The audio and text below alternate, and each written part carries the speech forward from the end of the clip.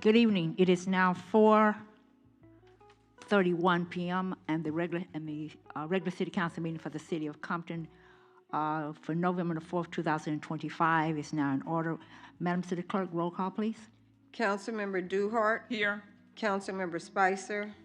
Councilmember Bowers. Here. Councilmember Darton. Mayor Sharif. Here. You have a quorum. Thank you, Madam City Clerk. Will you please stand for a moment of silence and the Pledge of Allegiance?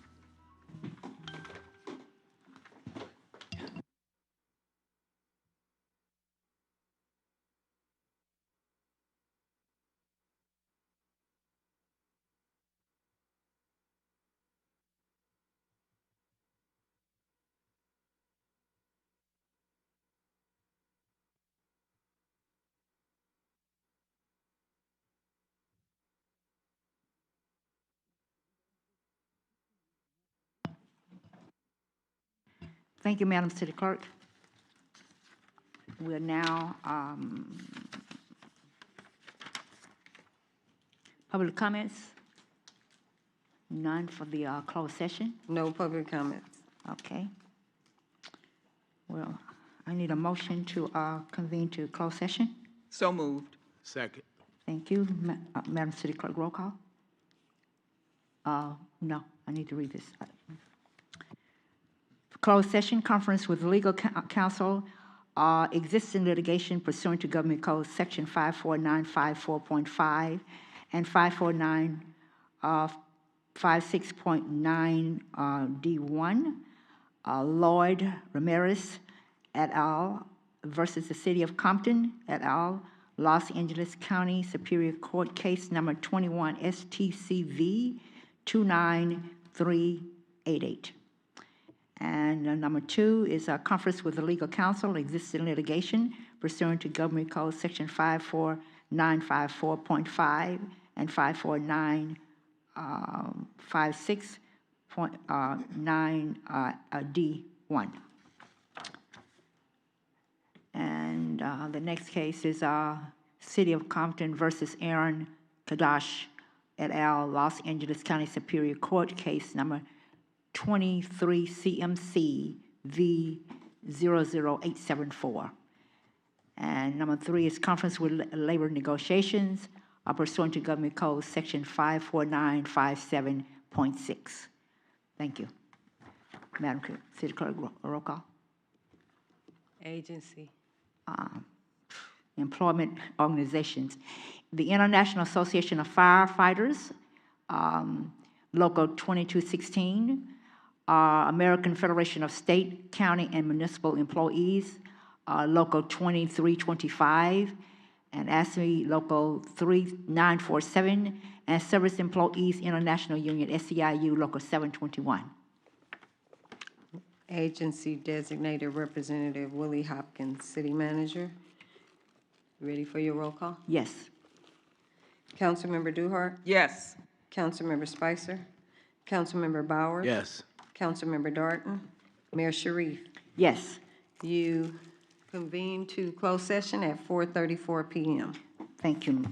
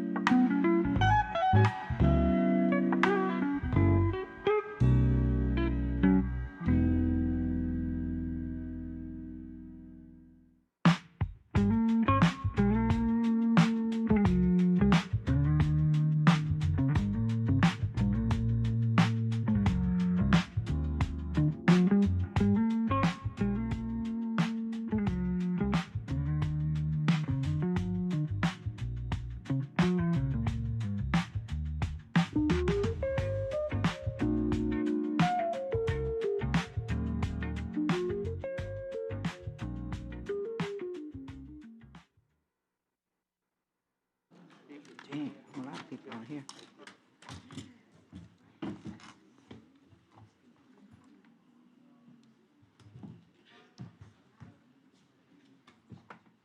Madam City Clerk, are we ready? Okay.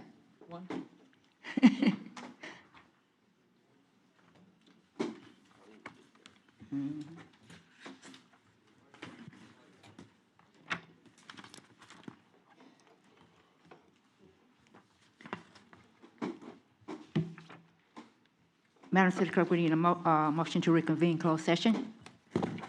So moved. Second. Thank you. Madam City Clerk, roll call. Councilmember Duhart, Yes. Councilmember Spicer, Yes. Councilmember Bowers, Yes. Councilmember Darden, Yes. Mayor Sharif. Yes. You reconvene at 5:57 PM. Thank you, Madam City Clerk. Now we're at public comments. No, President. Is there anything to report out of closed session? Yes, as a matter of fact. Thank you. On item number 1, conference with legal counsel, existing litigation, Lloyd Ramirez et al. Versus the City of Compton et al.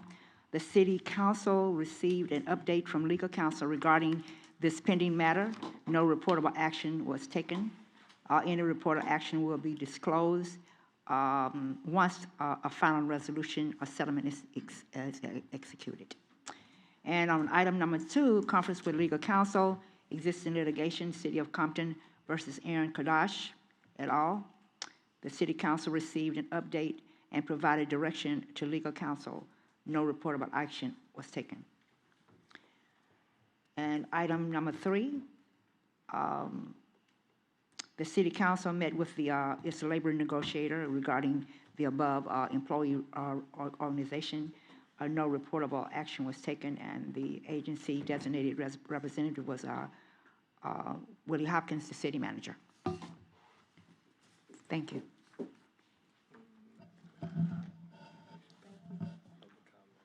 Thank you, Madam Mayor. We move to presentations, and it's from Enso Law Firm, Attorney David Welch. Thank you, Madam City Clerk. Madam Mayor, Council, we asked Attorney Walsh to come today to kind of give you an update on what Enso Law has been able to do for our city in terms of nuisance abatements across the board, with a primary focus on a lot of things around marijuana abatement. With that, I yield to Attorney David Welch. Thank you, Mr. City Manager, and good evening, City Council. Good evening, City of Compton. Thank you for giving me the opportunity to present today. We started this program in April of 2023. The concept and the idea was, how do we work with the city's laws, to enforce the city's laws against those that continue to violate the law? We started with marijuana dispensaries, and recently the city has asked me to go after other nuisance properties. I want to give you a breakdown about 2 years after we started this program. Overall, we've settled against 10 different defendants, garnering for the city over $1.2 million in settlements. We've also received judgments in 9 cases. The total judgments against not only landlords, not only the operators, but also financiers of these legal operations, specifically marijuana dispensaries, is $187 million and change. Those are judgments that we are seeking to enforce.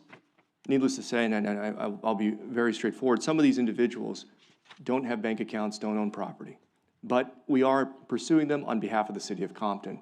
But most importantly, I feel that it sends a message to individuals that you cannot operate illegal dispensaries and illegal businesses in the City of Compton. In addition to marijuana enforcement, the city has asked us to pursue nuisance properties where the property owner refuses to enforce the law. Properties that have burnt down, but the property owner refuses to actually take some action.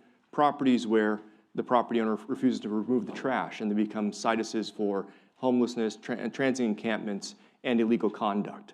And to that, we've also pursued those remedies on behalf of the city. Now, the work we've done has not only, caught the attention of the local residents, but also caught the attention of local media. On the left-hand side, there's an article that the LA Times wrote about an individual the LA Times found to be the owner of a large marijuana brand who was operating a dispensary in the city of Compton or acting as the landlord. LA Times wrote that article and published it, and it got a lot of attention because this individual who the LA Times was writing about is the owner of one of the largest marijuana brands in the state of California. But on behalf of the city of Compton, we were able to enter a settlement agreement with that individual and also stop the illegal conduct taking place at that property. On the right is a Channel 4 news article specifically about the property at 15812 Atlantic Boulevard, which had been a problem for the city over a period of time. We were able to enter into an agreement with that individual landlord and eventually breaking and tearing down the building because it had been a problem for a period of years. The map is an indication, when I'm showing to you now, the red dots are the dispensaries we've closed, and the blue dot is that one dispensary where we are aware of that it remains in the city. We are working with code enforcement, with the Sheriff's Department, to close that one remaining dispensary. And when that's done, we will have closed with the city and the help of code enforcement, with the help of the city officials, all the illegal dispensaries we're aware of in the city of Compton. Now with that, I want to talk to you about a few cases, a few highlights of matters that we have. The first is regarding 2007 East Compton Boulevard. This was a two-story building in which the landlord, we have alleged in our complaint, allowed the operation of a legal dispensary on the first floor and then maintained the illegal tenancy, residential tenancy, on the second floor. He had about 13 rooms, residential units on the top floor, all sharing 2 bathrooms.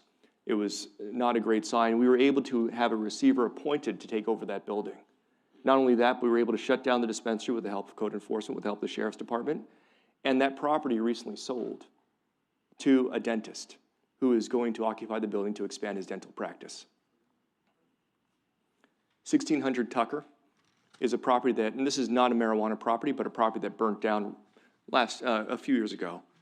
We are working, and with the court, we obtained a receivership order, and the court has now taken that property under receivership and is going through the process of obtaining financing to tear down the property, which is currently there in a burnt-out state.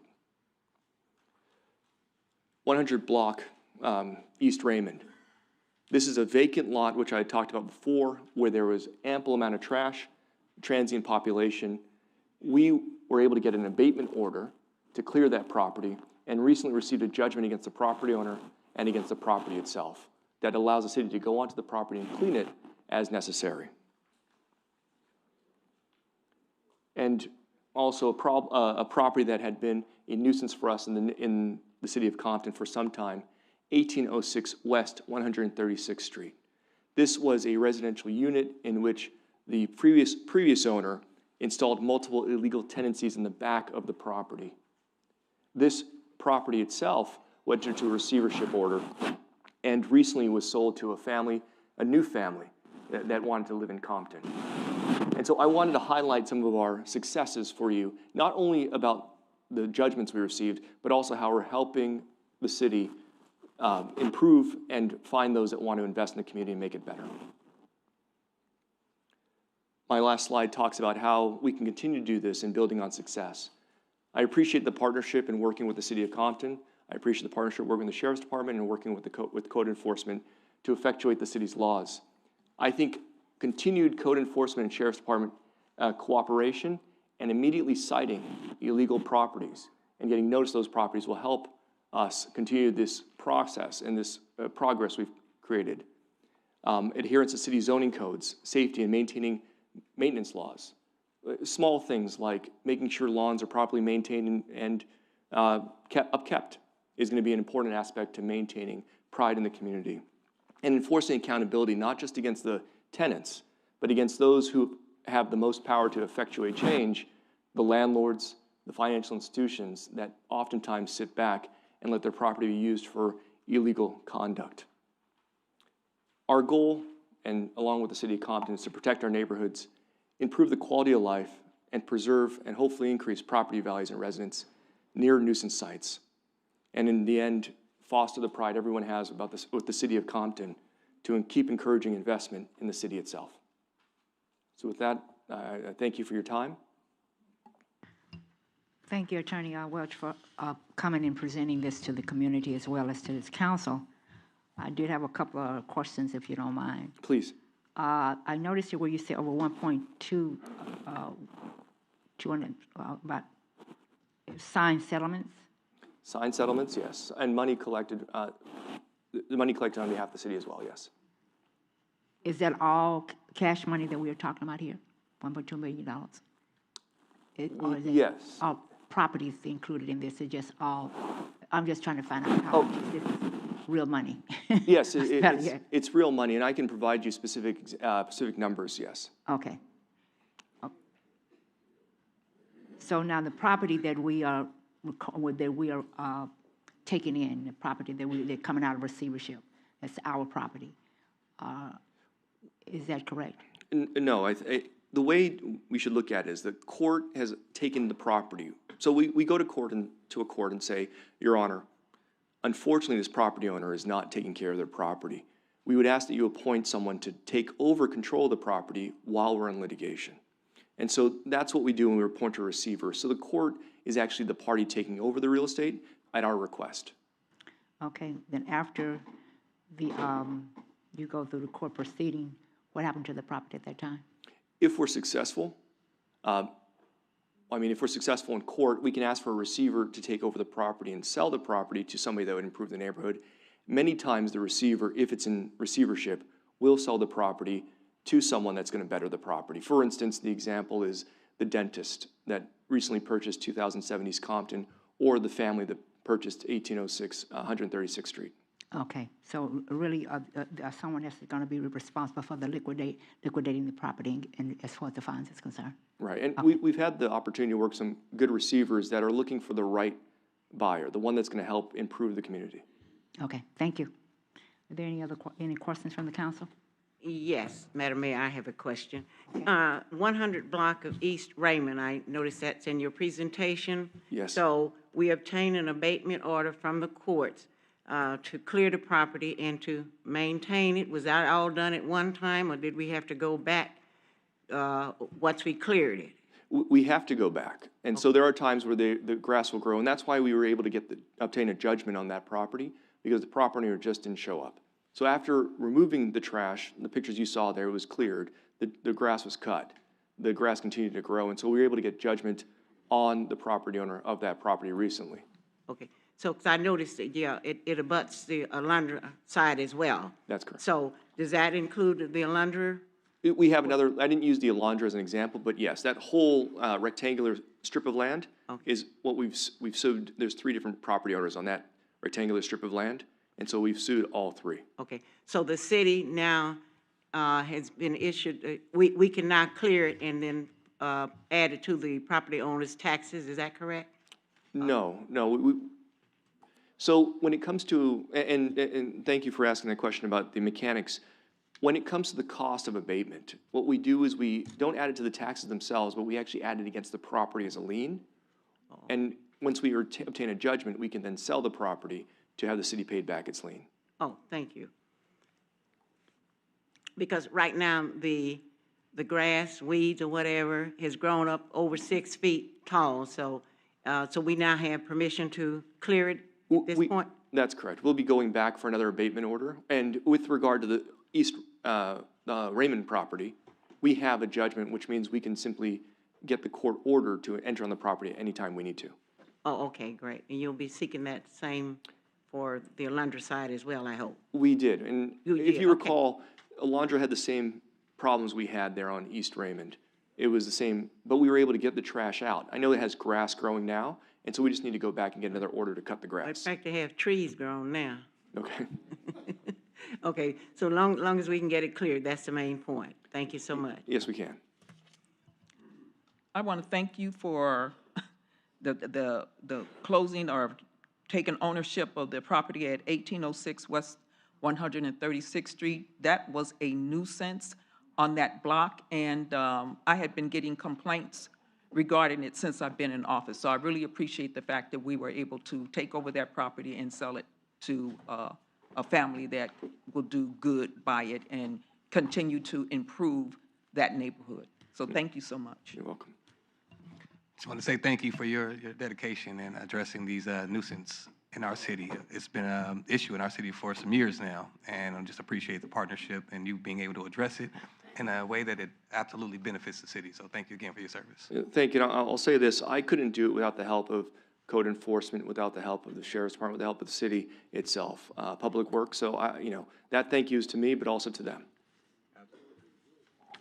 Thank you so much for coming and giving, like I said. Madam Mayor. Yes, ma'am. I just have one other quick question for him.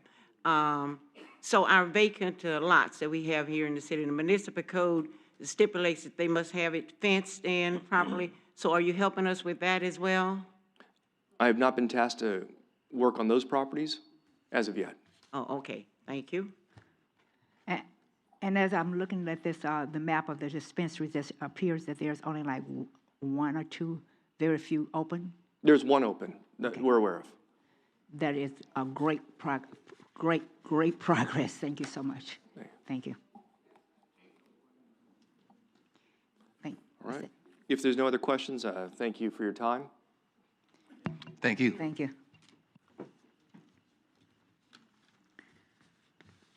Madam City Clerk.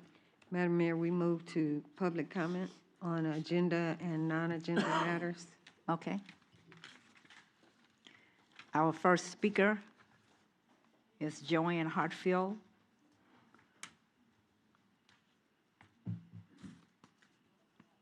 Good evening. Good evening. I'm here on a total different subject. I wanted to know, how well do you guys know people that you give awards to? You gave an award to a young man a couple of months ago that do a designer, BJ Gray. You remember him? And so like me in the audience, I see you guys celebrating him, so I decide to use him. And he's not calling me back. He got my money. I mean, what's going on? How well do you know this person? Let me say this to you. I was introduced to him. I do know him, so I'm not understanding. I don't have anything to do with his business per se. Yeah, I know you don't have anything to do with his business, but you know, I know the mayor, so it's like I know somebody that knows somebody that knows somebody. So you know this young man, can you help me get my money back if I can't get my dress? My baby birthday is next month. I done spoke to this man over 2 months. Now he been out of town, and different stuff like that. I don't want to keep driving back by the Dodger Stadium. If I got to drive and sit by his office, I will. But since you know him, you can help me out by contacting him. Yeah, I would. As a matter of fact, give me your number before you leave. Okay. Give it to my liaison. Well, you can get it from Satra. She has my number as well. Okay. So she can give you my number because my baby birthday is next month. My daughter has autism, and I'm the voice for her. So I'm figuring, you know, you guys are showing him off.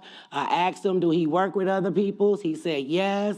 He gave me a price. I gave him more than what he wanted to put down, and now he's nowhere around. So can you please help me contact BJ or whatever you need to do to get my money? My liaison is back there, Brittany.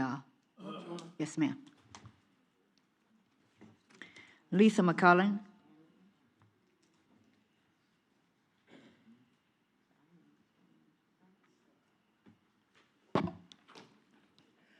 Good evening again, Madam Mayor, fellow councilmen and women. Of course, again, my name is Lisa McClellan.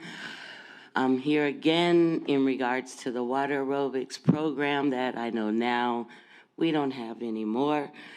And unfortunately, I'm having to pursue a different avenue. There's this program that came to the Pools of Hope. The only thing with this is for the ladies that, if they're not a vet like I am, to be able to benefit freely, they're gonna have to pay at least $400 a year to be able to participate in that program. And for the ladies that asked me to come again tonight, the seniors, the ones that are retired and different things like that, that is like a ridiculous amount of money to be able to continue their being able to stay in shape. And just the camaraderie, the the sisterhood, everything that has been developed. It's mind, body, and soul that develops in that program, and the women that have been benefiting from being able to exercise together. And it is not always about getting a hard body, because trust and believe, I ain't trying to do that no more, but a healthy body. You know, so help us help each other. I pray that you guys will figure out something. Yes, there is lighting at the pool, and the pool was heated, you know, sufficiently enough for us to be able to do it. And yeah, you've got to pay a little something. We don't mind that, but help us out a little bit if you can. I know I didn't put it on my thing about that vape, that stuff they doing with them balloons, but if y'all getting illegal dispensaries out of Compton, please work on that, because that is something that is killing our young folks and got them acting crazy. And it might sound funny to them to put that balloon and make their voice sound, whatever the case may be, but it's having serious effect on our community. So thank you. The next speaker is Dion Powell.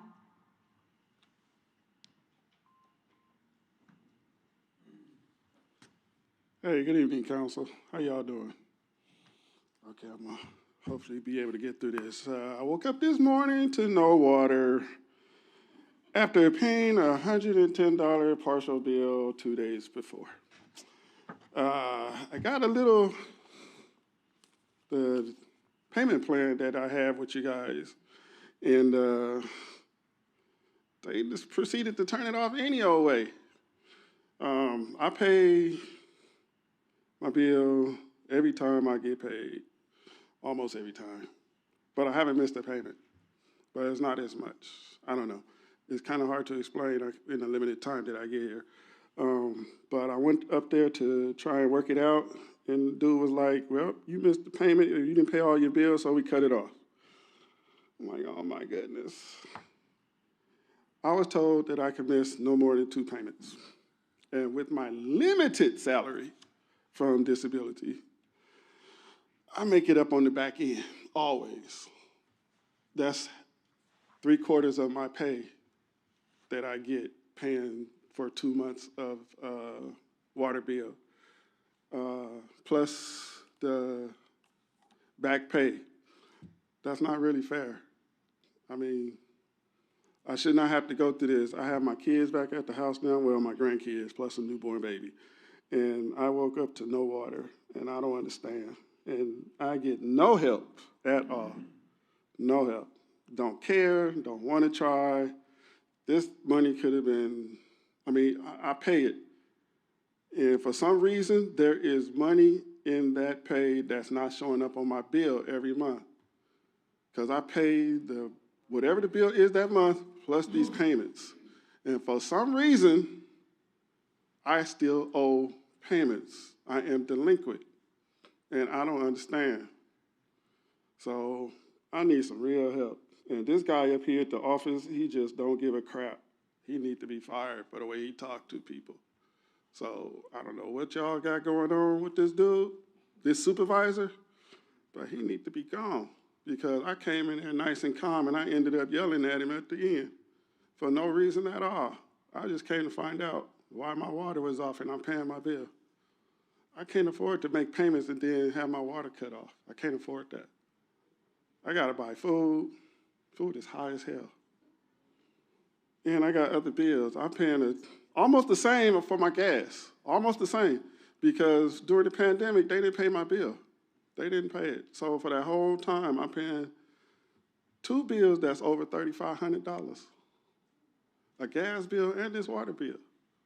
My electricity is off. For 3 years, it's been gone. I can't even get it back on. I don't even want it back on. Y'all get rid of this bill? I think, Turn my water back on, please. I can pay the bills. I can pay them. Mr. Powell, But they're going to be sporadic. I told them. Mr. Powell, Yes, ma'am. your time is up. Okay, thank you.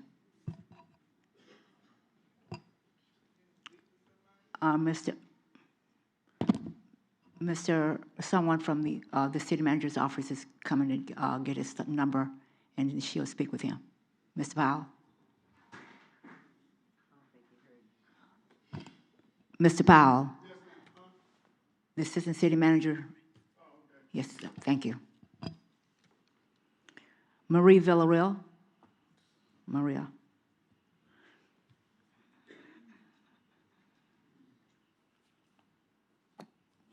Buenas noches, María Villarreal, Compton Latino Chamber of Commerce. I have a couple announcements to do tonight, but I wanted to elaborate a little bit about the water bill. It made me realize that I wasn't, when I hear other people complaining or saying something about things, you know, it made me realize that I'm not the only one. The water department needs to be seen, you know, somebody needs to do something about it. And no matter how much you pay your bills on time, you still get charged $12 late charges. Every single month.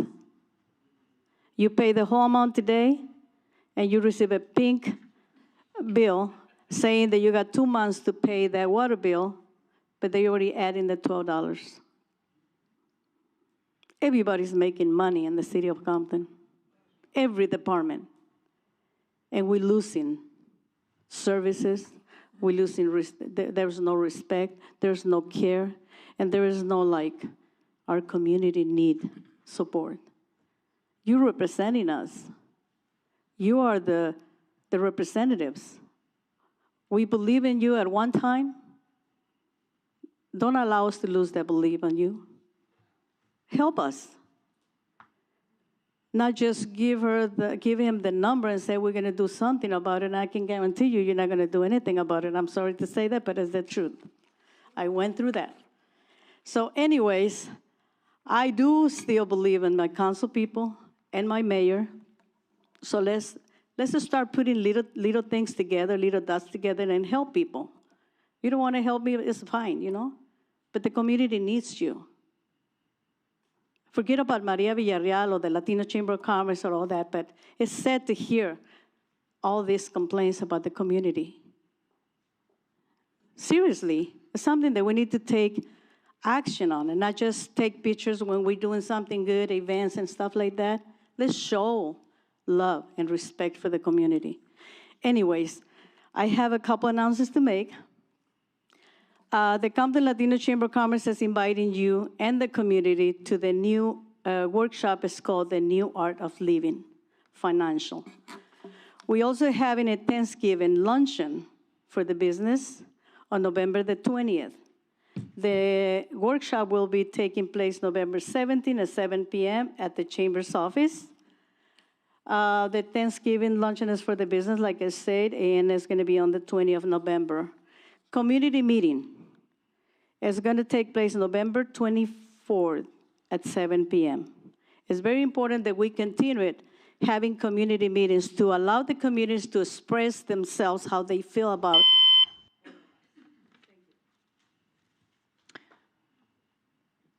Mr. Kenzie Jones.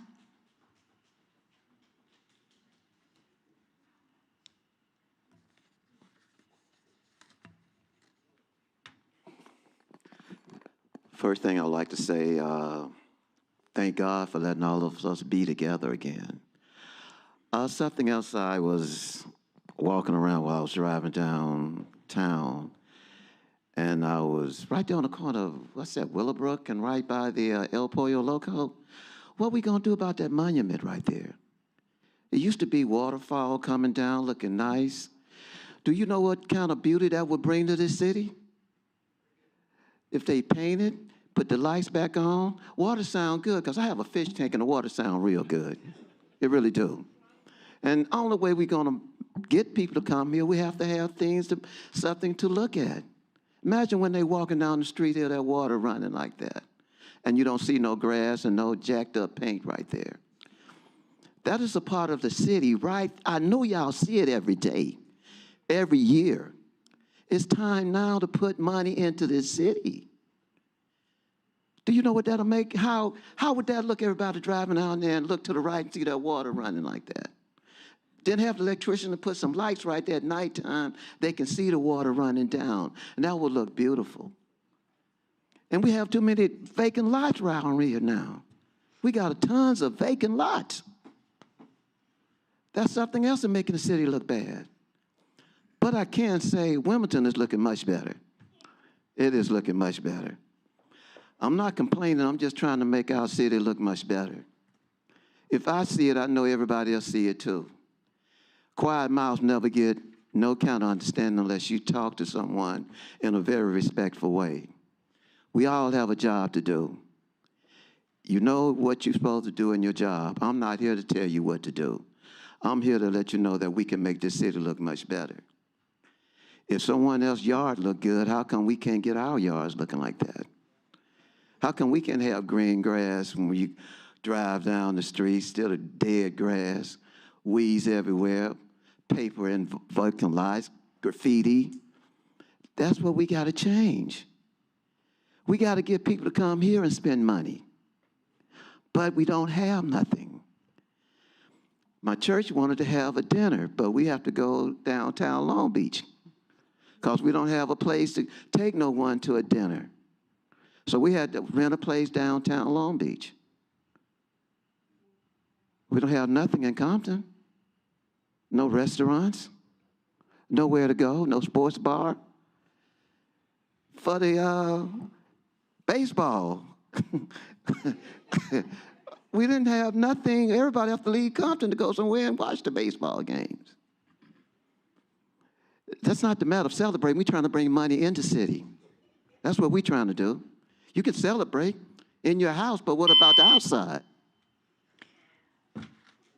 Mr. Kinsey, that monument that you're referring to, I believe the money is in the budget for that. I will have the city manager take a look to see when the project is supposed to be completed. Well, thank you, thank you, thank you. The next speaker is Karima Bradford. Good evening, Mayor and Council. Thank you, Madam Mayor, for replying. I think a lot of the issues that I hear, a lot of times, is because there's no responses. So I know in the past, the council will require the city manager to take down some of the complaints and provide a response either on the web or give you a report so that you can reply. I do want to thank the gentleman for the presentation because he demonstrated what a lot of us have been saying. Everything that we need to improve the city is here. When people come into the community and tell you that everything is old and outdated and that's why things can't be done, that's a lie. He didn't say he changed one rule. He didn't change one policy. He didn't change one procedure to be effective. He just enforced it. So a lot of things, we have resources, we have money. If we don't have staff, we have money. We have a salary savings. We can negotiate with the unions to contract some services off to relieve some of the pressure that they have to get things done until we get staff. We have a lot of money, so we always have resources. Some of the things that people complain about, we have rules. The city has a rich tradition of having rules. And as a council, you should be proud to say that when people come up here and feel confident that you have the power to get things done. For example, customer relations. That's been a SOM since 1997. It is the policy of the city of Compton to provide prompt, efficient, and courteous service when responding to citizens' needs, and to promptly investigate and resolve all citizen complaints or allegations of improper service. There's no reason that citizens are coming up here week after week and the council is not enforcing a 27-year-old policy. There's no reason for that. So be empowered to say, Mr. City Manager, what are you doing about this? Because it's there, it's in the books. You shouldn't have to contend with this every week when we have a tradition that we want to provide service to the public. Cleaning up the community. There is a municipal code that's been on the books since I was younger, and it says, owners to maintain sidewalk and parkway free of weeds and rubbish and public property. Every owner of real property or person having charge or control of same is required to maintain a property free of rubbish, weeds, or grass over 6 inches from his property, extending to the center of the street, which includes the parkway, sidewalks, alleys, or easements. It does not cost anything to do a sweep of every major thoroughfare, send out a reminder notice to every business, and then enforce it. That will clean up the city. It doesn't cost anything. We have a volunteer program. Everybody that come up here to speak, do you want to volunteer an hour or two? Have them be a part of it, those that do. But what I'm saying is that Think outside the box. The 5 of you cannot clean up this city. All of us can. You have. Thank you. Humberto?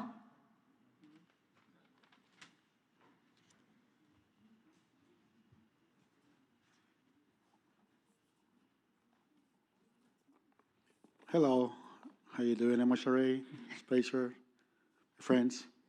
Hey, all the guys from Compton, I'm with you. Mr. Barjo, please direct. All right, listen, this is my point. Direct to the point right now.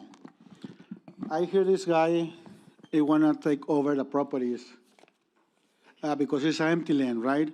I have this property for almost 4 years, 311 is restaurants. I always I tell you, I wanna do like a gas wheel shelter, no matter what, I wanna do it. So I ask you for support. Right now I get a letter from code enforcement that the property is too much trash, blah, blah, blah, and that's not true. I already hear that investors, he want my property to do in a multifamily, low income.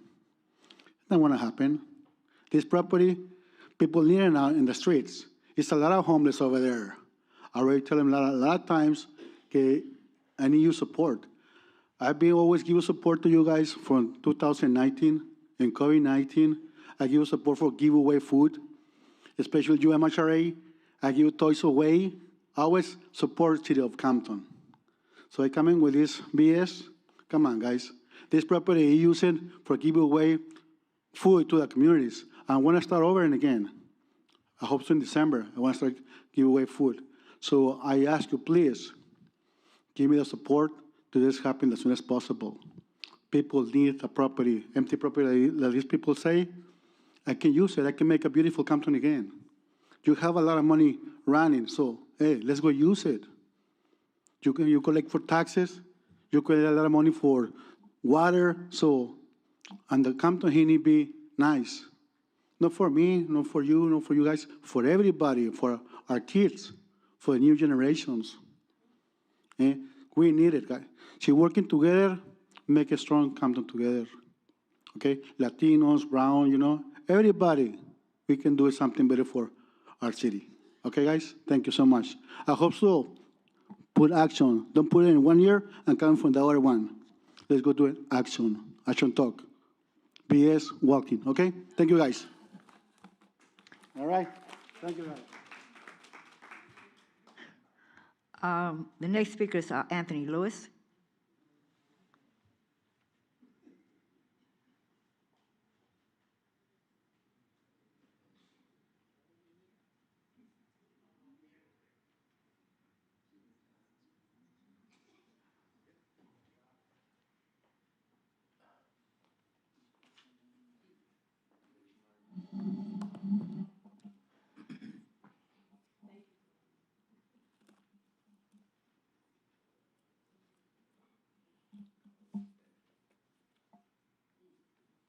In the past several weeks, you had people coming up here trying to quote the city charter.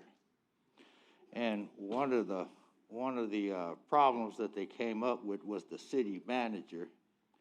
And I want to put this on for the record. The city manager is the chief executive officer and head of the administrative branch for the city government. And he shall be responsible, and I'm going to rush through this, for the followings. He could appoint and remove people. He can prepare the budget for you all and submit it to the city council, and to be responsible for the administrative adoption of it. He's responsible to submit to the city council the end of the year, fiscal year reports, which he does every year. He keeps the city council advised of the financial condition and future needs of the city, and perform other such duties as you all allow him to do. And this is a phase in the charter that a lot of people miss. The city council shall have the power and authority to compel this attendance of witnesses, to examine them under oath, and to compel them to produce evidence before the city council. So if the Magnificent Seven comes up here and tells stories, y'all can subpoena them to come prove what they're talking about and have them arrested. It's a misdemeanor. They can't do that. Just like they're doing right now with their little rubber mouths. They can't do that. And for the record, Councilman Spicer, when he puts his head down like that and he starts smiling, y'all in trouble, because he's loading up to fire up some things, and he's doing an excellent job, as the case of Ms. Duhart, as the case of Mr. Bowers, as the case of Ms. Darden, and as the case of the mayor. And y'all have no right coming up here talking to him like that. And I've been biting my tongue. And there is one other part I want to talk about, but I'm not going to mention it today because it'll really sadden my heart a little bit.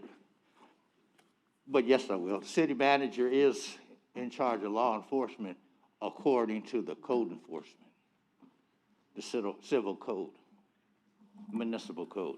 But anyway, glad to see you all again. The property at 2000 Parmalee is a private-owned property. They are building ADUs back there and doing what they're doing, and they're all licensed and got permission to do it with. So everybody that's complaining.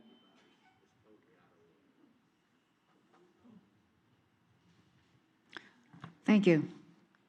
The next speaker is Linda Kelly. Linda.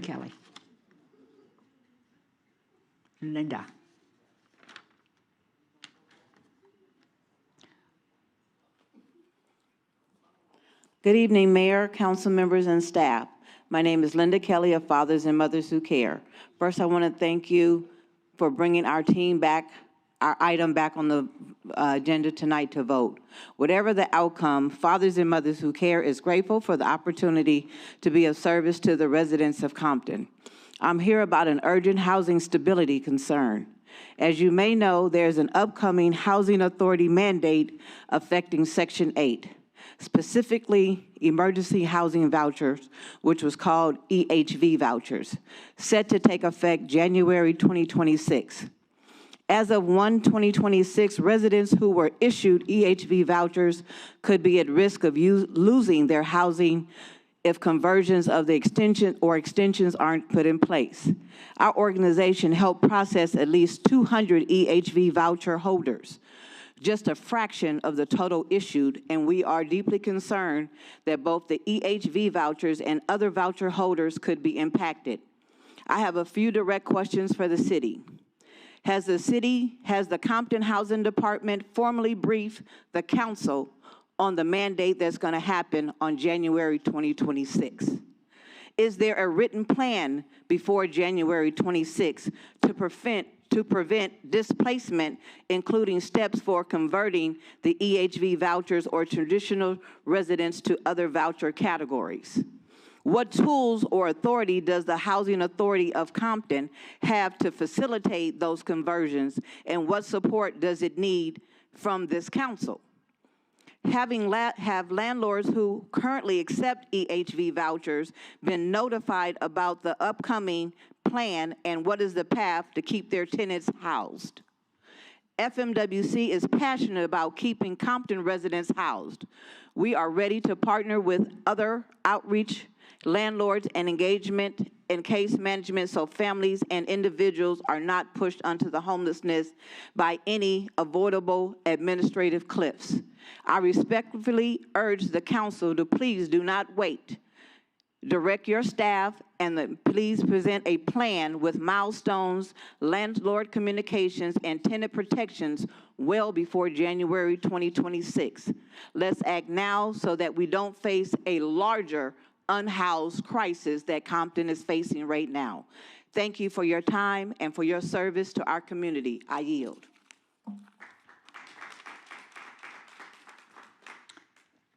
Jacqueline Nelson. Good evening, everyone. I am here to discuss a few things about the water company. Not only are a majority of the staff extremely rude, but what's more important is we're being charged a lot of fees. We have a $40 fee on our bill that's just for the startup water that sits in the pipes. Also, when I went to go pay my bill a month ago, I was asked to pay an extra $61 because it was in the process of being shut off.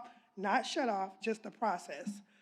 A few months, unfortunately, I've dealt with this before, but a few months before that, within this year, it was a $50 charge. For someone, you get charged extra to $50 for someone to come out and cut the water back on. That was understandable. So I reached out to someone named Ms. Benz, which was very helpful. She called me back, and she also did a conference call with Juan, which is the supervisor of the water company, and I questioned him regarding these fees, and I asked him, when did it change from 50 to 61? And he told me years ago. I have 2 bills that I received this year. One bill says 61 and one bill says 50. So if you guys could just help us with the water company and these fees that they have, because the fees are totally different on the bills which was this year. So I'm just not understanding why we have to pay a fee when the water is not off. I understood when it was off, but if the water is not off and they're still making us pay this fee, it's a little unfair. Thank you. Thank you. Mr. City Manager, could you please give some information in regarding what is happening there in regards to the water, and please give the council updated report on that. Thank you. Kiki Owens.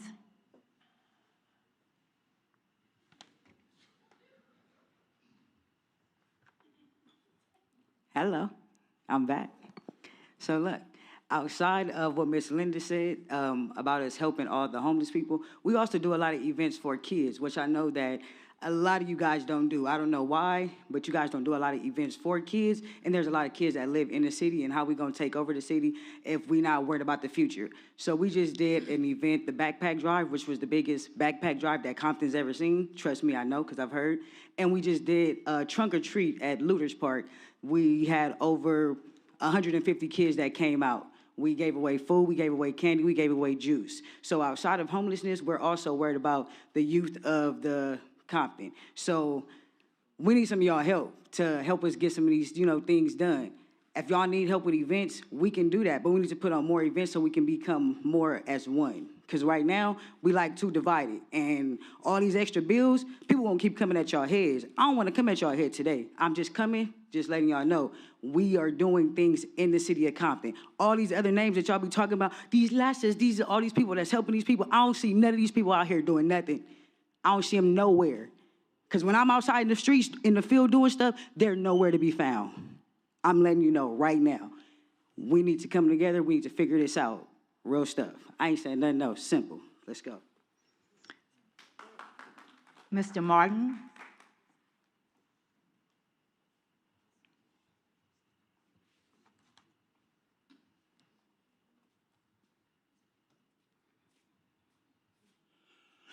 Good evening, Council, Mayor.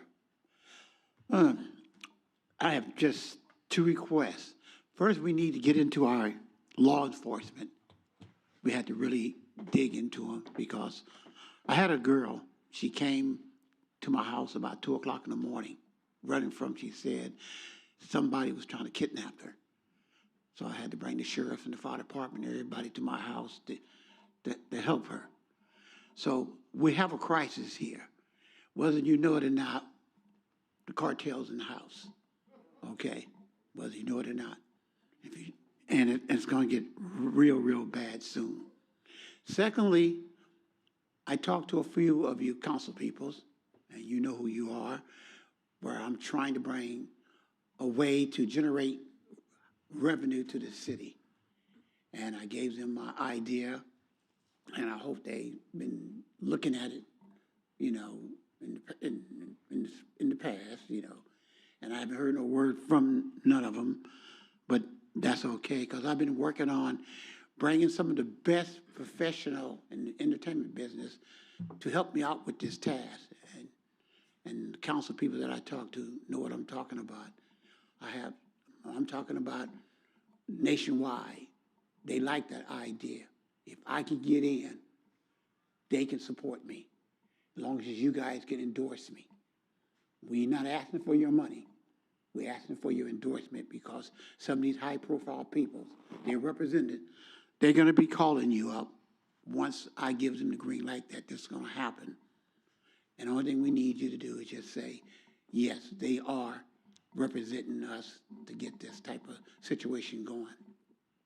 Because I've been hearing too much liability talk more than asset talk. And it's reason why we are a liability city, because we don't look the way to get ourselves out the hole. We're just going with the punches, and we got to stop that. One councilman up there, he said it right, and I have to, take my hat off to him. He knows what we really need. And the other two council people, they understand what I need, and I really appreciate that. And I think we need to get together so I can show you my staff that want to help me. And it's going to shock you who's going to come helping me. This is a nationwide staff that I'm putting together. They come from all over the country. They love what I want to do. I just hope you guys love what I want to do for the city of Compton. And those who I had the pleasure to have to my home, they know what I'm talking about. Mark Smith.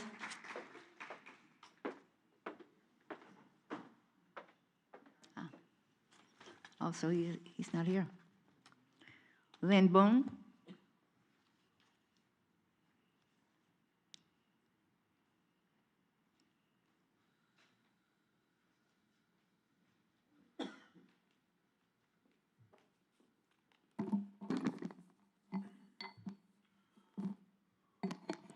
Lynn Boone, City of Compton. I see Mr. Spicer left. You didn't have to leave.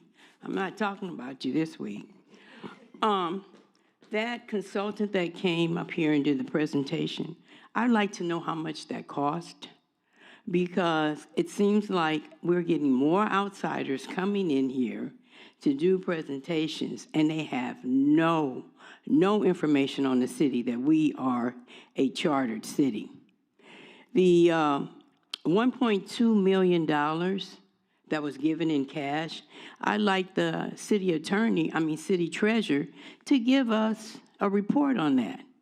Or the $300,000 that we received from the trash company, since the charter says not a little bit, not some, but all monies are supposed to be given to the city treasurer's office.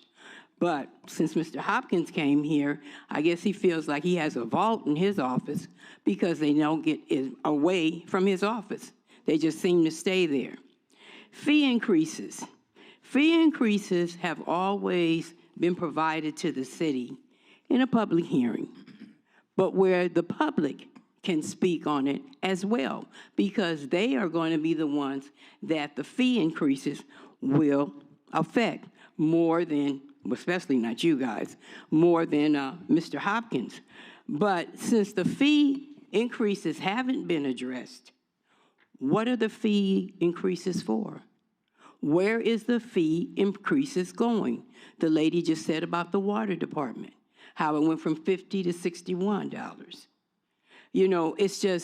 It's ridiculous. Even our city charter, from $1 to $6.50, and it's illegal? The city charter people do not print that new city charter that's on the website. If you want to print one, print the one that says November the 22nd, because what is placed in that new charter is not in effect now. And our charter is supposed to address what's going on now in the city, what's taking place. And the $6.50, there's nothing that shows why that should be increased. I've been told because it's been put in Spanish. But so in other words, the people that don't speak English that well, or don't speak or don't read English that well, they should be penalized? No, it doesn't make any sense. Not at all.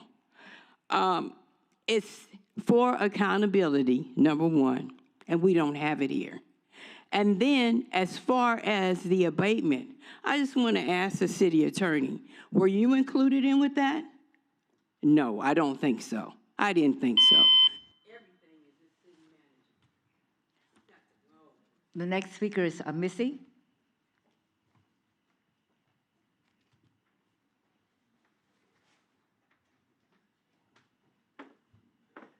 Oh, Lord, have mercy, Jesus. Good evening, Council. I'm Missy, City of Compton. I want to piggyback on a few things from last week. First, Councilman Duhart, you had gave, I guess, your closing remarks about where food will be distributed, you, United Hands. Well, I received a few flyers from residents who want to know why Martha wasn't on the original flyer that came from your office with a list of all these nonprofits or vendors who were giving out food. Her name was not listed on that, and everyone was upset, including me, because she is the queen of food pantry here in Compton. She is. She gives to everybody, even nonprofits that needs food always contacts her, and she gives food, so it's a slap in her face. I would like to know, Council, since you guys are you guys work for us, and y'all work for the city. I want to know, why are we paying temporary employees to go on orientations? Is that what we're in the business of doing? I mean, you guys gonna sit there and look at me, but it's okay. So that needs to be clarified. Who are authorizing for temporary employees to go on pay from us, taxpayers, to go on orientations? Item number 8. No shade for the lady that came up here and spoke, but I remember this item came up in Councilman Bowers asked Nebraska for documentation to support this. He never did because he's no longer with the city. And then seeing that it was $1 a square foot or whatever, that needs to be ceased. So I think this needs to be pulled, come back with the appropriate information on what you guys decide that you want to do. When the guy Welch was up here speaking about the marijuana, Emma, you asked the question, oh, is there only one? No, honey, it's a lot of marijuana facilities to open here in the city of Compton. That I do know. It's not one, it's multitude. Every time you close down one, 10 open up. So don't let nobody come up in here and bullwinkle you and tell you something that's not true. Now, as far as the parking control is concerned, they ride around. I see them all the time in my neighborhood. And I don't know if it's an ordinance or it's in their bylaws or when they driving through the neighborhood, burning up our gas, doing that. Take pictures of these houses that need to be cleaned up. The next speaker is Fidel.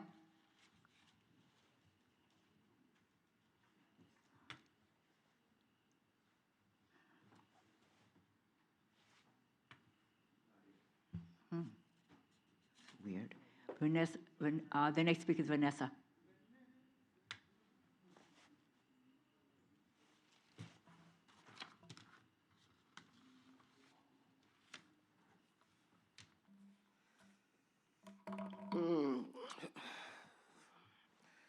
The abatement enforcement,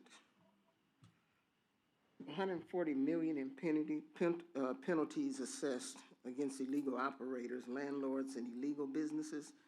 This should be 3 times as much. Steezy makes over $2 million a week. So I don't know why we're not getting more money out of Steezy. That's the kind of money Steezy makes. Steezy has a warehouse over 1 million square feet sitting on Commonwealth just off of Alameda. Eric, you shaking your head, you already know. That's the kind of money Steezy makes. So I don't know, maybe Welsh is part of Steezy. They buy lawyers, so maybe he's a part of them. But these numbers are not adding up. Another thing, we still have the casino there. We get $1 million a year from the casino, from what I understand. When Omar was in office, we were getting over $1 million a month. A month. Now we're down to $1 million a year. We need to look at that. Now we don't get the money we get from Chevron. We're not getting the money from the Alameda Corridor we should be getting. Those things we should really start attacking. That would help with taxes and everything. I know we talk about it all the time, but we really have to be vigilant in getting the money from these corporations. We have to. I understand the city manager is doing some things that we can start building our employee force up. We have all, and another thing, with the code enforcement, we need to look at these fences that are being set up in some of these, on our streets. We have, I can talk about Piru, because that's the street I know. We are having borders. I don't call them fences, I call them borders. Because we're supposed to be fighting borders, but I think everybody likes borders, because the first thing they do when they purchase a house or rent a house, they throw up borders around the house. And it could be right in the middle of the street, which doesn't make sense since we don't have them on the block. I think we need to start looking at some code enforcement that will outlaw that type of building. And my understanding, you should be pulling a permit to put a fence up anyway. And I know there's no permits that have been pulled. There was a fence just put up, I think, on 136 in the middle of the block. There was no permits pulled. There's ADUs going up. You buy a house today, an ADU goes up tomorrow. They're not pulling permits for that. So we have to start looking at those things. One thing I have to say, Karima, it makes sense. We have these laws on the books. Let's enforce them. That water department, they all should have been fired when the money came up missing in the water department. When the theft took place, they should have been fired. And I'm requesting that the city council fire everybody in the water department.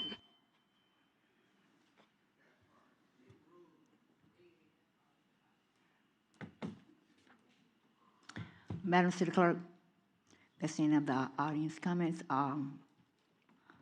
I did ask you to post something. Were you able to find that? I sent it to you. Oh, I'm sorry. Phone's off. Oh. Yeah. So, do you want me to read? Yes, please.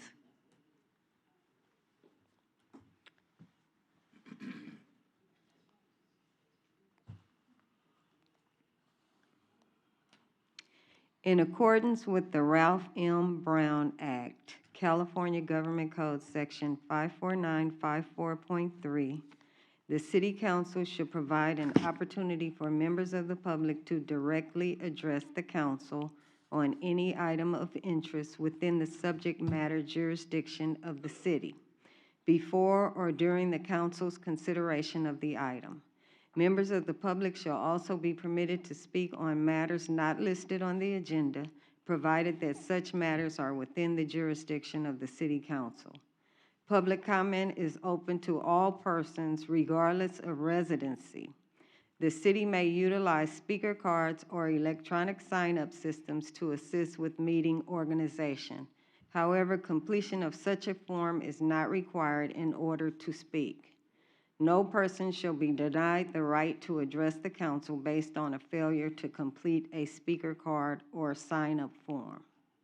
The City Council may adopt reasonable regulations governing the time allotted to each speaker and the overall time allotted for public comment, provided such regulations are applied uniformly and do not infringe upon the public's statutory right to participate in open meetings.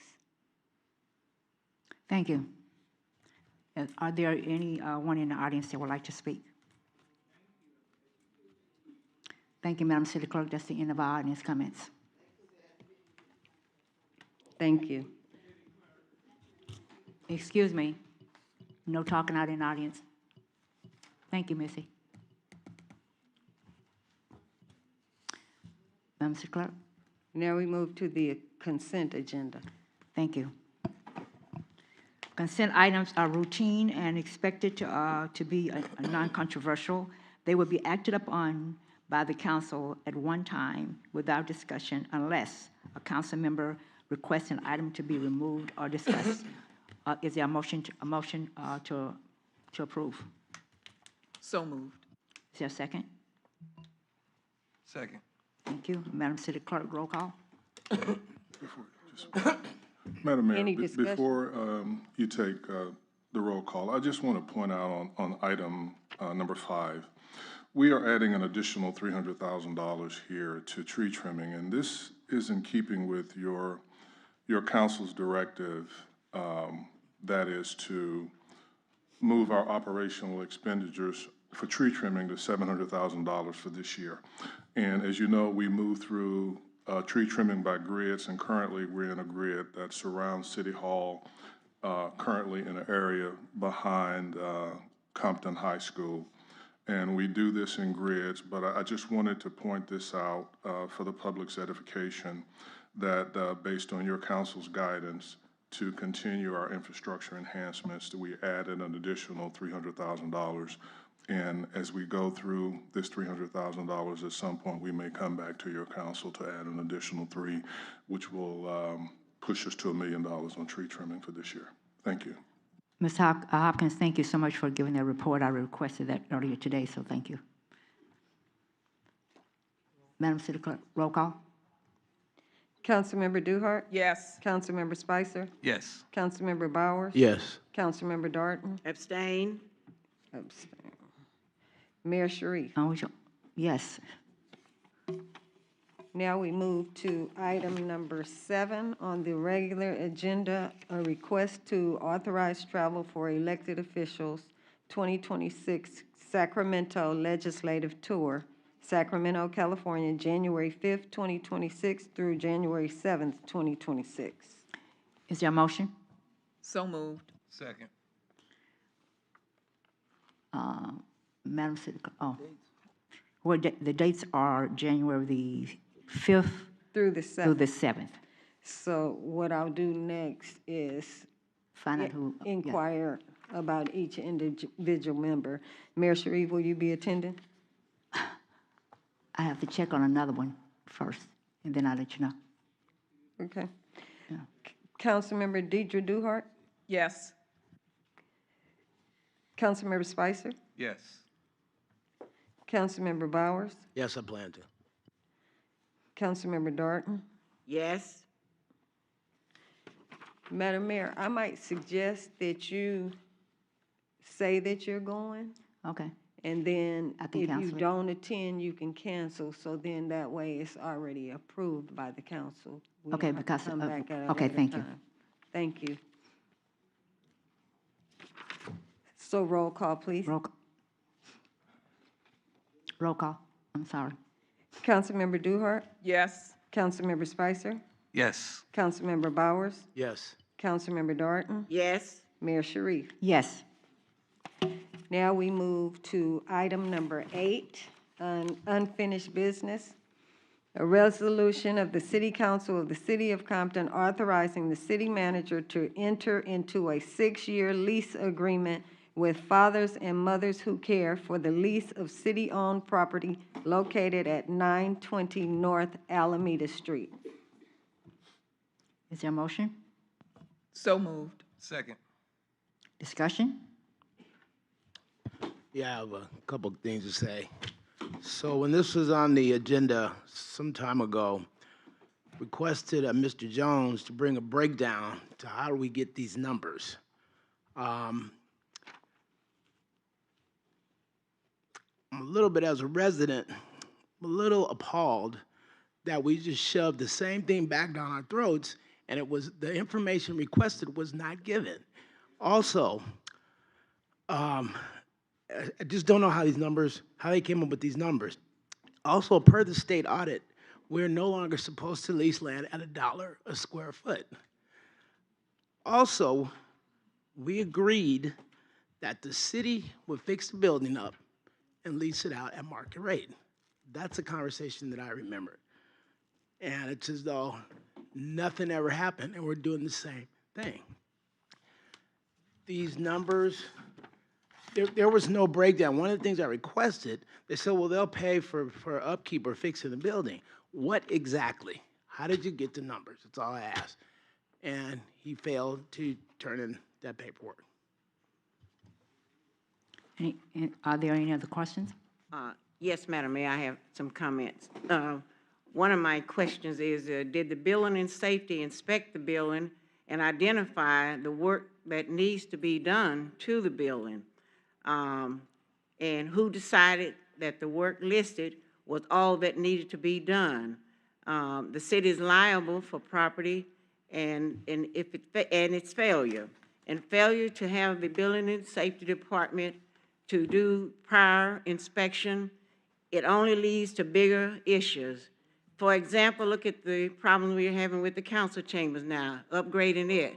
So the building and safety, it's my understanding, you know, it didn't go through them for proper permits and et cetera. So I do not think that any organization should do any repairs to any city building. The city should repair our own buildings and then rent it out to whomever that want to rent it at the prices that $1 square foot and 50 cents per, but that's for indoor, outdoor 50 cents per square foot. So I want this to be made clear. What the organization is doing for the community, I thank you. I think it's wonderful, but we have to protect the interests of the city and the citizens here, and I am not in agreement with allowing any organization to do the repairs.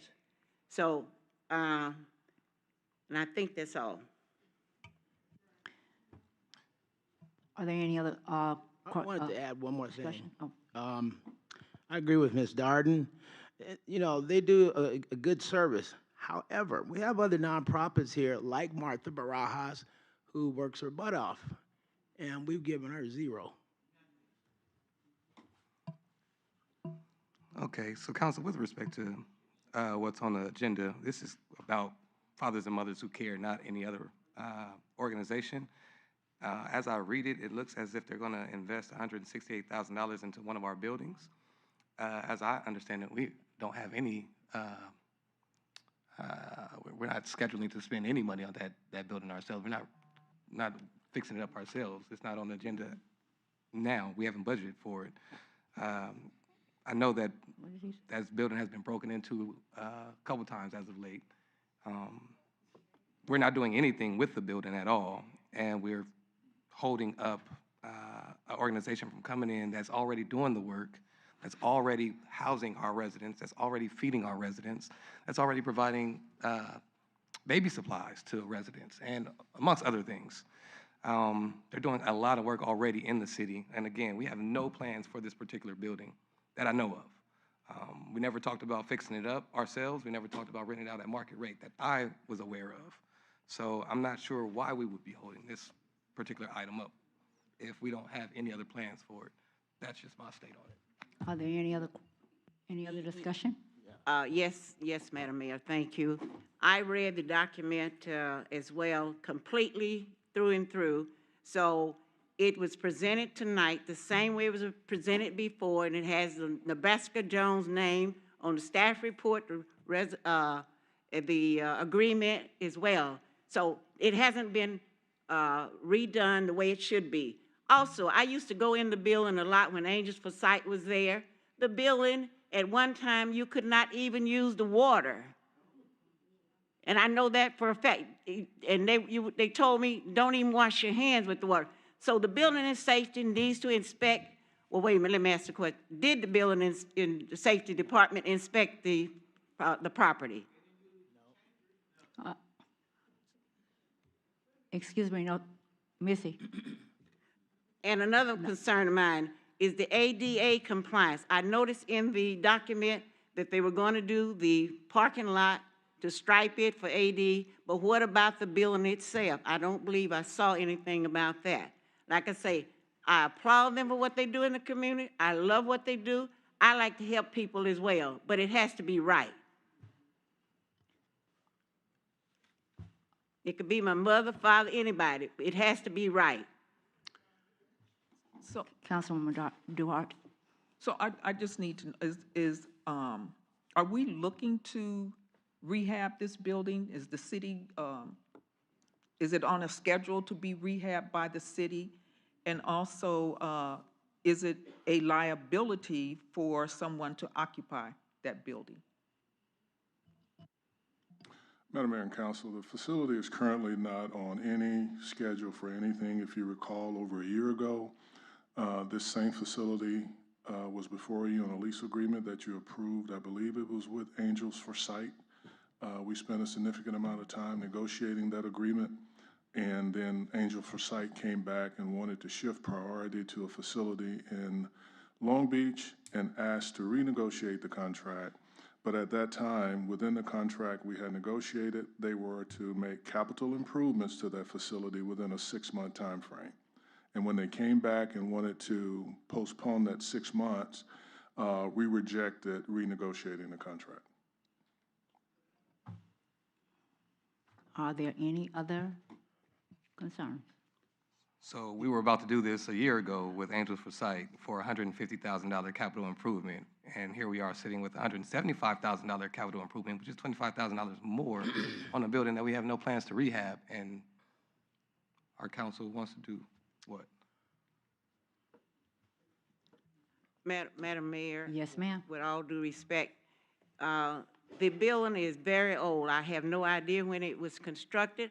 However, it is in my professional opinion that it should be demoed, number one.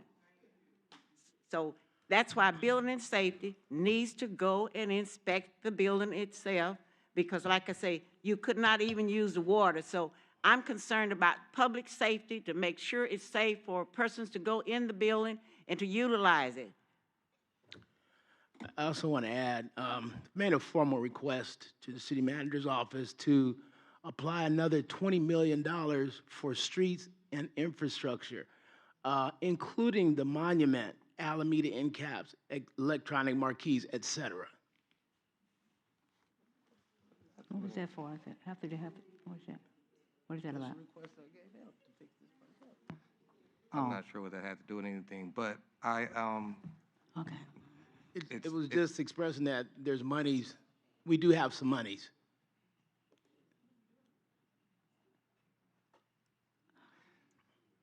do we need to have this building inspected by our building and safety before we move forward on this? Is that like something that we can get a legal opinion about, or maybe city manager, maybe you can chime in on that? Madam Mayor and Council, again, it's at your direction in terms of what you want to do. If you want to consider this lease, based on your comments tonight, I would recommend we have building and safety or someone take a look at the facility. If you don't want to go forward with the lease, we will get the building set for when we do our facilities condition assessment of all city-owned property. That facilities condition assessment will tell us the condition of every facility we own. But if you want to do something immediately, we'll ask building and safety, to take a look at the facility immediately to determine what next steps should be. Mr. City Manager, I have a question on the facility assessment. So where are we with that?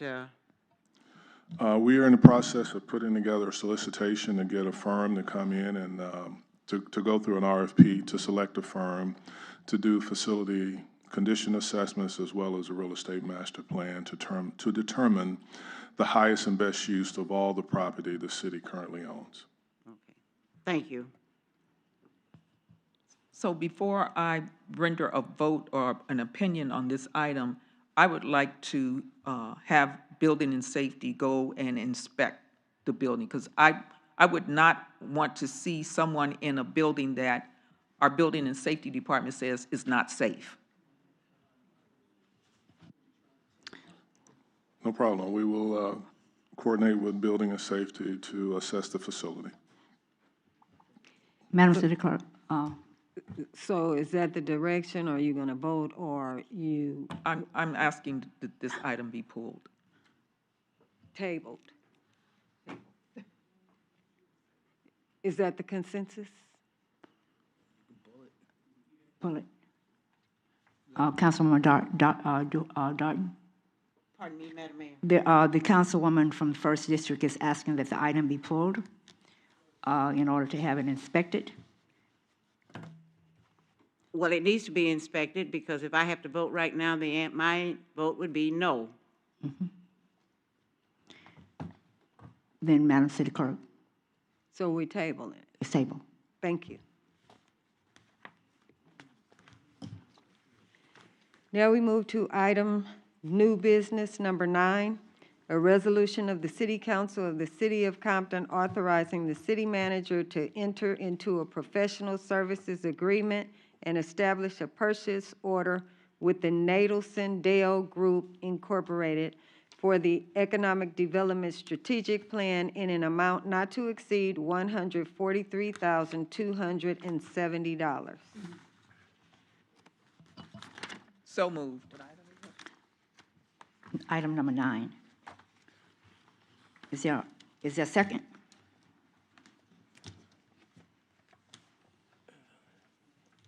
On item number 9?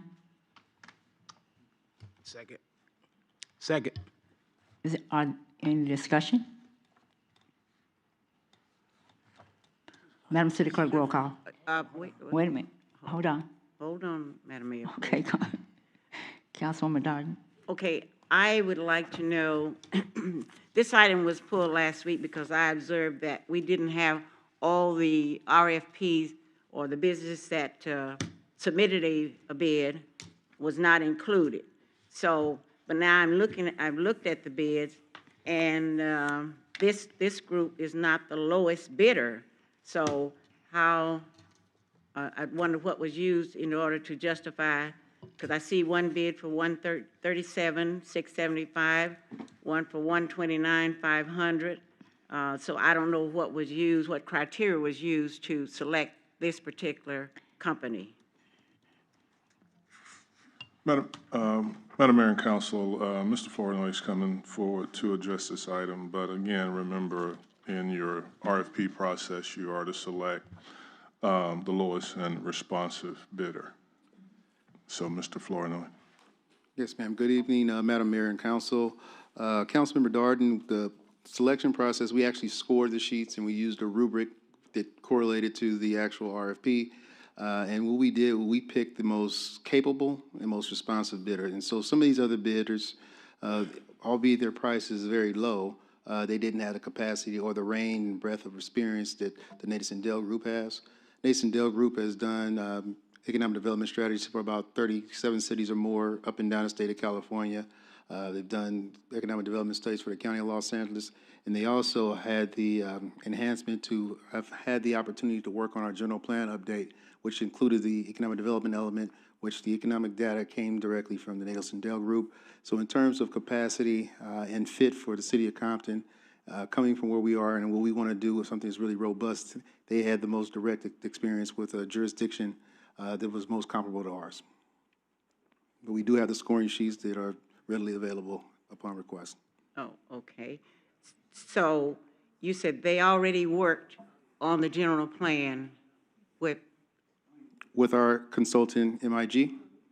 So there's 9 elements in the general plan update. One of them is economic development. And so they consulted or subcontracted with the Nadelson Dale Group to do that work. And I believe, if I'm not mistaken, that this company has done work for the city of Carson. Is that one of the reasons they may have been selected? That's not one of the reasons, but it did strengthen their proposal. Oh. Thank you. Yes, ma'am. Thank you.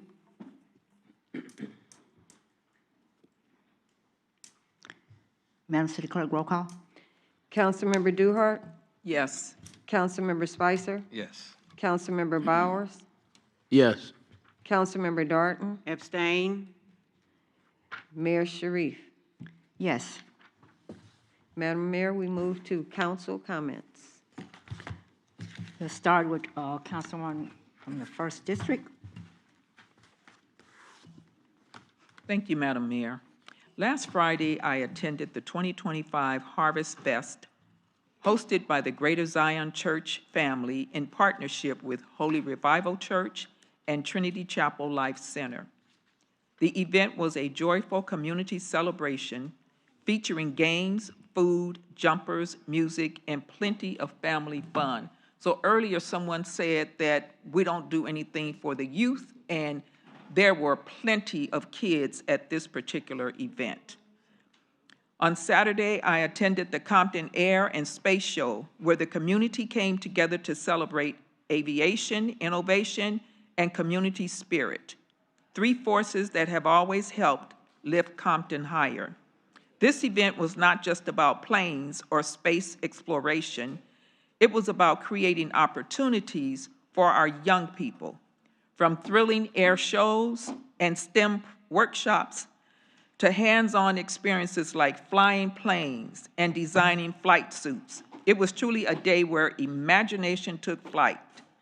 Thank you to all the vendors who came out to support, and to the Fly Compton Foundation for putting on an amazing event, another event well attended by our youth. Yesterday, I had the pleasure of meeting the new owners of Grocery Outlet, Kathy and Gary Naylor, and welcomed them to the city of Compton. The Naylors are committed to keeping Eugene's legacy alive and doing all they can do to support the community. I encourage everyone to continue to shop local and support our neighborhood grocers.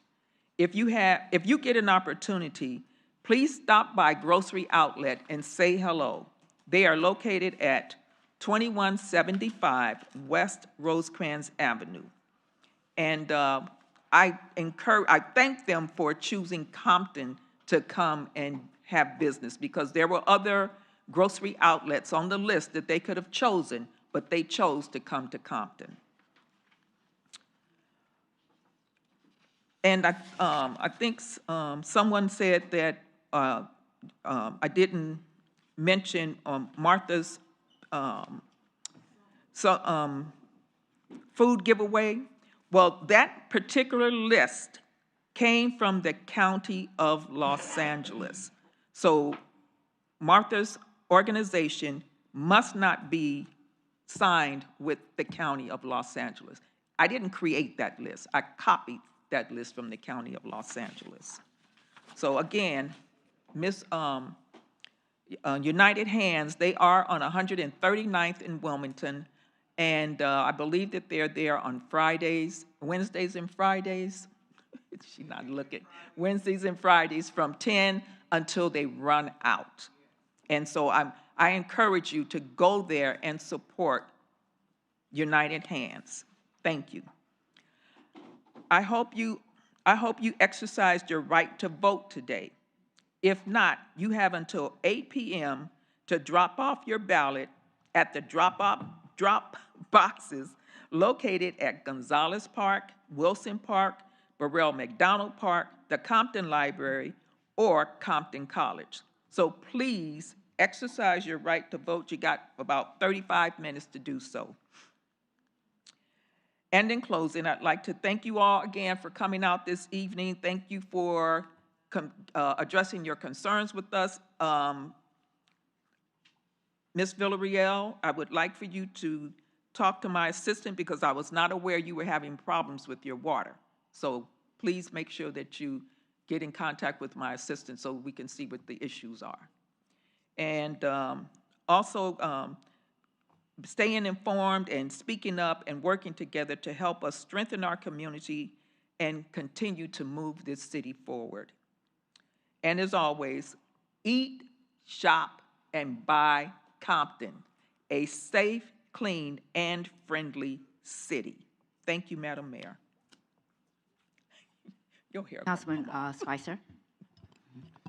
Thank you, Madam Mayor. I would like to make a couple announcements. On November 19th, we'll continue our nonprofit basic workshop. It's going to continue on the 19th of this month from 5 to 8 p.m. Planning and vision casting, holiday mix or strategic, goal setting, and budget planning is the topic for the 19th. For more information, reach out to my office at tspears@comptoncity.org. On November 23rd, we'll be hosting a Sunday giving dinner on 5 different blocks in District 2. We'll be providing food, drinks, and just a community time, good time. We'll be blocking off a few of the streets, bringing out tables and chairs and some linens, and we'll cater food for those 5 blocks so that we can have Thanksgiving amongst ourselves and in efforts to build community. This will be happening on Tucker, McMillan, Orchard, Rose, and Sloan Avenue. For more information, you can reach out to my office, tspears@comptoncity.org, or you can go to our social media to get more information. The Entrepreneur Lab continues. It's an 8-week program from kindergarten to 12th graders. It started on November 1st. It goes until December 20th. It happens every Saturday from 1 to 4, and it's sponsored, or it's hosted by Children Striving Together. Also, another Thanksgiving event. It's a Thanksgiving in the Park on November 27th. It's the 9th annual Thanksgiving in the Park, hosted by Unearthed and Empowered Communities, City Church, City Barbecue, myself, and the City of Compton. Meet us at Ludus Park on Thanksgiving Day to assemble 250 hot meals and toiletry bags for our unhoused neighbors. Volunteers are welcome. You can just reach out by text or call. Number is 310-625-9571.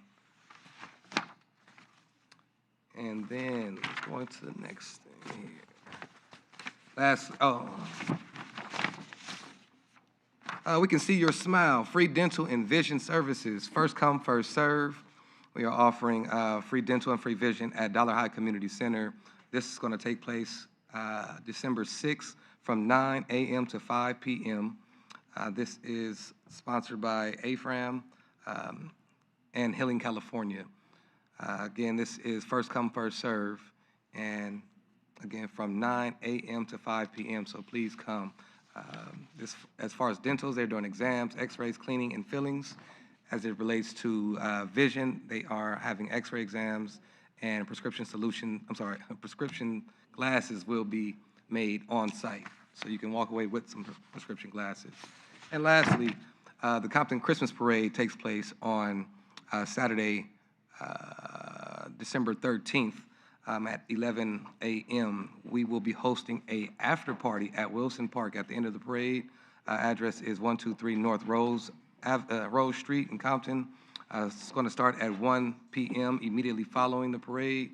We'll have jumpers, food, snow, performances. We also have a toy giveaway as well. So we'll be getting out more information about that event real soon. I think that covers all of my announcements for today. You all have a wonderful evening, and God bless and good night. Councilman Bowers.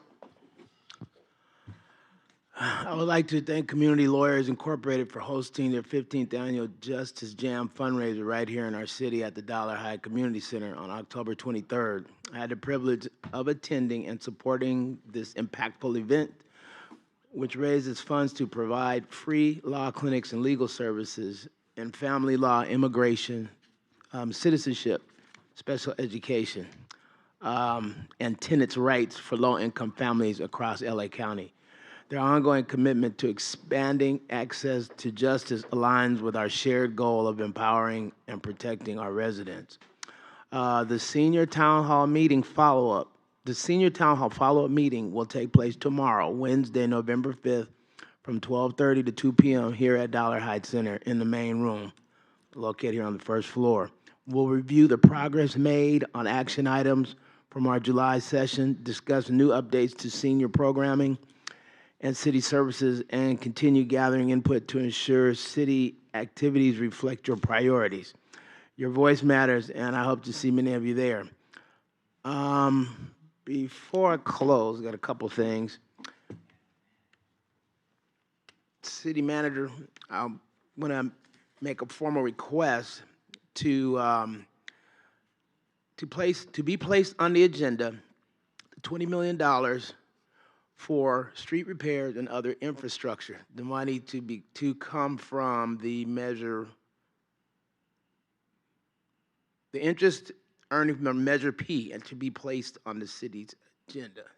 So it's my formal request. I've sent you that letter. Um, Before I close, it is my great honor to recognize Miss Elizabeth Norwood, who is celebrating her 90th birthday. Well, who is Elizabeth Norwood? She is she retired from the Compton School District um, several years ago, but Ms. Norwood was a proud resident and has retired. She dedicated decades of service to shaping young minds. Many of today's leaders were once her students, and her legacy continues to echo through every life she's touched. Ms. Norwood was my sixth grade teacher at Caldwell Elementary. Ms. Norwood, we thank you for a lifetime of excellence, compassion, and commitment. On behalf of the City of Compton, we wish you a very happy 90th birthday. As always, our office remains grounded in community unity through focused, accountable leadership. Thank you and have a great evening. Councilwoman Darden. Thank you, Madam Mayor. On Wednesday, October the 29th, 2025, together with the council members and our city, with the council members, the mayor, our city manager, I attended the Restoration Diversion Services Compton Human Trafficking Task Force meeting held here at Dollarhide Center. Wonderful event. Two of the young ladies spoke that have now changed their lives. So it was really heartwarming to hear their stories. On Saturday, November the 1st, I attended the Compton Air and Space Fair at the Compton Airport. It was a celebration of aviation, innovation, and community spirit, and it was held at the Compton Woodley Airport. It was an excellent event, and I'm happy I was able to attend.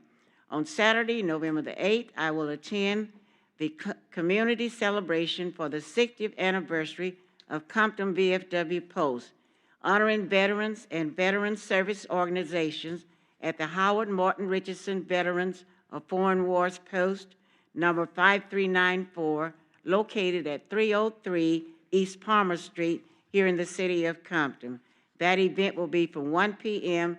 to 4 p.m. On Sunday also, St. Timothy's Towers will celebrate their 100th year anniversary, so I will be attending that event as well. On Friday, November the 21st, I will host the annual Urban Hoedown with seniors, including Bobby Harden, from 11 a.m. to 2 p.m. here at Dollarhide Community Center. Admission cost is $20 per person, and information and to purchase a ticket is available here at Dollarhide Community Center. On Saturday, November the 15th, I will be volunteering with King's Journey for a senior appreciation dinner for the St. Timothy Towers seniors that live there. This is an event that she's been doing for several years, and I will be volunteering to serve them and donate items if it's needed. Last week, I closed in memory of Miss Jewel Allen, who passed away last week. Her celebration of life is scheduled for 3:30 p.m. this coming Friday, November the 7th, at 6510 South Cherry Avenue in Long Beach.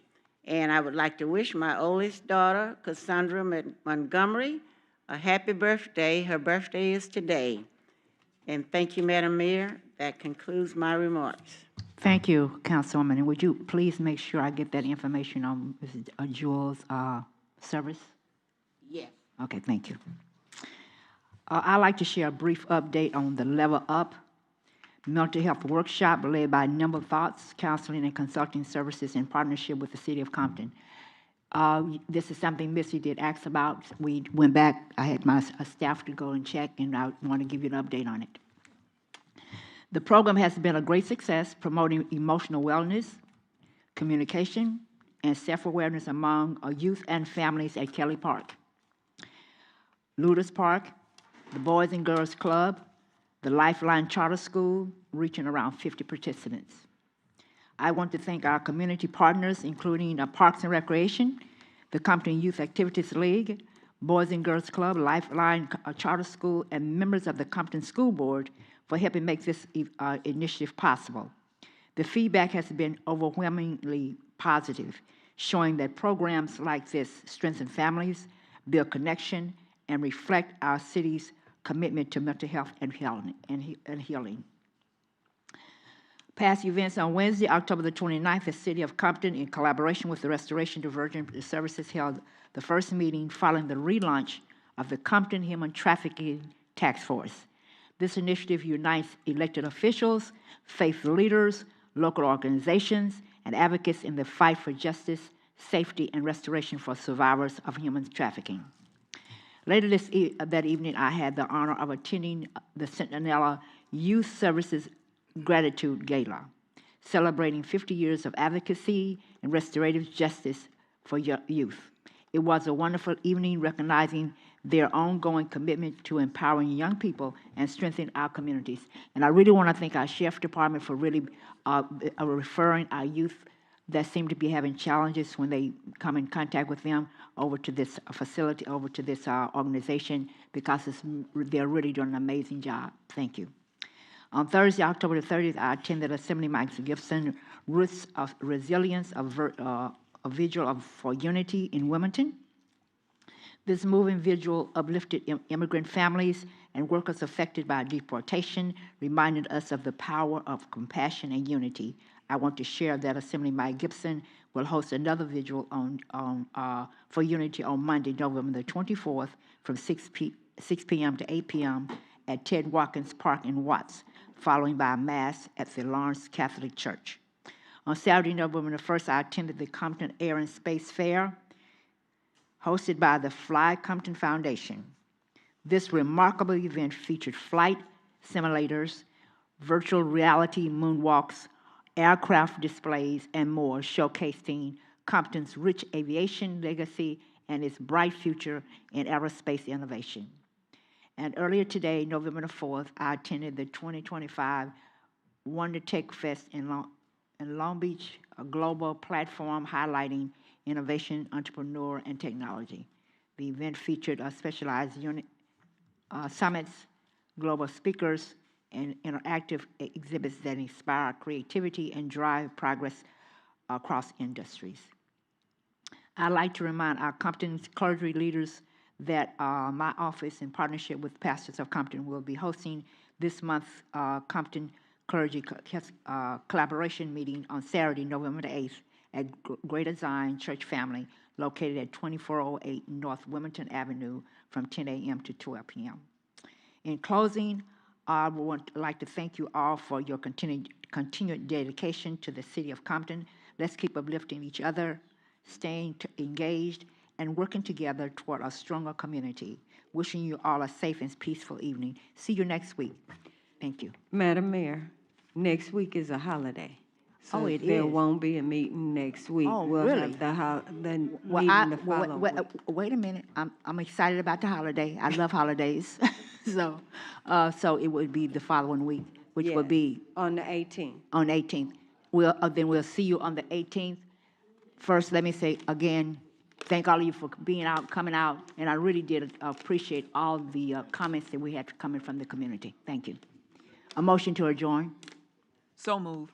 Second. Madam City Clerk, roll call. Councilmember Duhart? Yes. Councilmember Spicer? Councilmember Bowers? Yes. Councilmember Darton? Yes. Mayor Sharif? Yes. You adjourn at 7:40 p.m. Thank you. Thank you.